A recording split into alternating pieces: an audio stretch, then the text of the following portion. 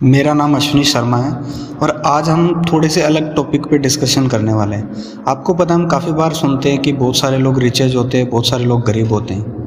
और जब भी हम इस चीज़ के बारे में सोचते हैं तो हमें लगता है कि यार अमीर तो और अमीर होते जा रहे हैं और गरीब होते जा रहे हैं। ऐसा कुछ भी नहीं है। जो भी पर्सन्स आज अमीर है या गरीब है वो है सिर्फ अपनी थिंकिंग की वजह से। इसके बारे में मैं आपको थोड़ा सा बताना चाहूँगा। जैसे दुनिया में दो प्रकार के पापा होते हैं। आप अपने आप को कंपेयर कर जाओगे कि हम किस कैटेगरी में आते हैं या हमारे पापा किस कैटेगरी में आते हैं।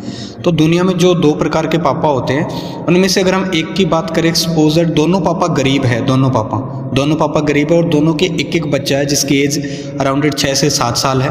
अब सपोज दैट एक पापा अपने बच्चे को लेके एक मॉल के अंदर गए और जैसे ही मॉल के अंदर लेके गए तो आपको पता है मॉल में बहुत सारी कॉस्टली चीज़ें होती हैं। तो बच्चे ने एक शर्ट को पसंद किया और एक शर्ट को देखते ही बोला कि पापा ये शर्ट मेरे को लेनी है।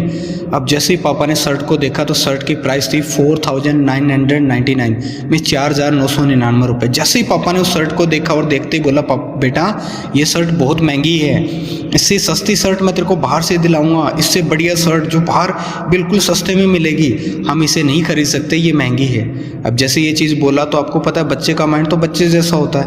अब उसने थोड़ी देर तो जिद की, फिर बोला चल ठीक है यार ये तो हमारे लिए महंगी है, ये हम कभी नहीं खरीद सकते। उसी थिंकिंग के साथ वो बाहर निकल गया।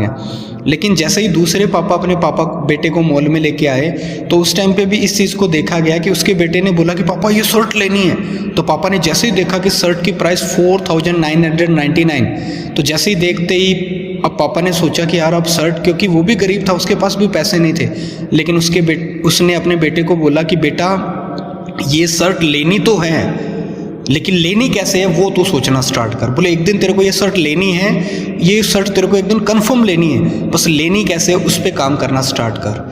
बस मैटर क्या कर रहा था कि दिलाई उस पापा ने भी नहीं, दिलाई इस पापा ने भी नहीं, लेकिन एक पापा ने बेटे के माइंड को वहीं स्टॉप कर दिया, उसी टाइम स्टॉप कर दिया ये बोलकर कि ये शर्ट महंगी है। लेकिन दूसरे पापा ने बेटे का माइंड उसी टाइम से दौड़ाना स्टार्ट कर दिया, उसके माइंड में एक क्रिएटिव आइडियाज़ डाल दिए कि बेटा एक दिन तेरे को ये शर्ट खरीदनी तो है लेकिन खरीदनी कैसे, अब तू वो सोचना स्टार्ट कर। सेम चीज़ एक पापा अपने बच्चे को एजुकेशन देते हैं और अपने बेटे को बोलते हैं बेटा पढ़, तेरे को अच्छे से पढ़ना है, अच्छे से सब कुछ करना है और पढ़, आगे जाके तेरे को एक बड़ा APS ऑफिसर बनना है, एक IAS बनना है, एक RS बनना है, मीन्स एक बड़ा नौकर बनना है। लेकिन दूसरे पापा अपने बच्चे को स्टडी करवा रहे हैं, पढ़ा रहे हैं, सक्सेस कर रहे हैं और उसको हमेशा बोलते हैं कि बेटा तू पढ़, तेरे को बहुत अच्छे पढ़ना है, बहुत अच्छे से पढ़ना है, क्योंकि आगे जाके तेरे को लाखों लोगों को नौकरी देनी है।